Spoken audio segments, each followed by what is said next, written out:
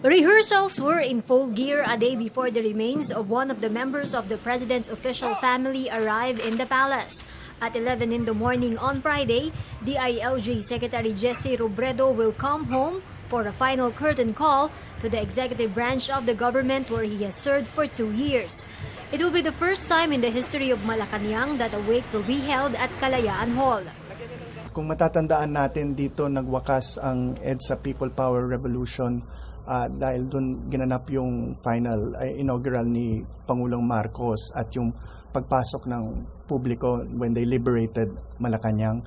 25 years ago, ang dating pangalan niya ay Maharlika Hall at pinangalan itong Kalayaan Hall ni Pangulong Cory Aquino.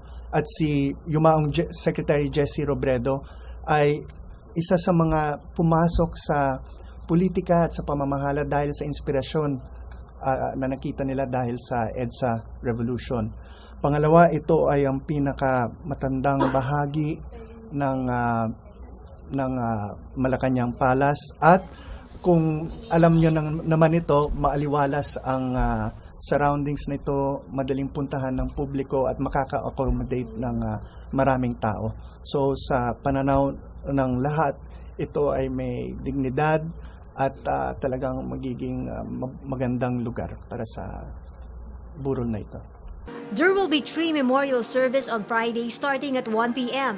Members of the DILG, urban poor groups, and Kaya Natin movement will have their private time with the Secretary. After the 6 p.m. Mass on Friday, the wake will be open to the public. The usual palace dress code will not be strictly implemented.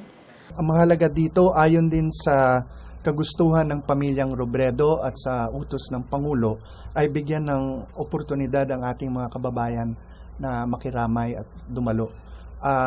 Tayo na po ang bahala dahil alam naman natin ang tama.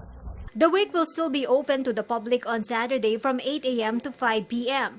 But after the 6 p.m. Mass, it will be closed to the public. From 7 to 8, magkakaroon ng memorial service sponsored by the Liberal Party of the Philippines. And then from 8:15 to 10 p.m., memorial service sponsored by the Cabinet. Come Sunday morning, Secretary Robredo's remains will be flown back to Naga City. For the People's Television, Elena Luna.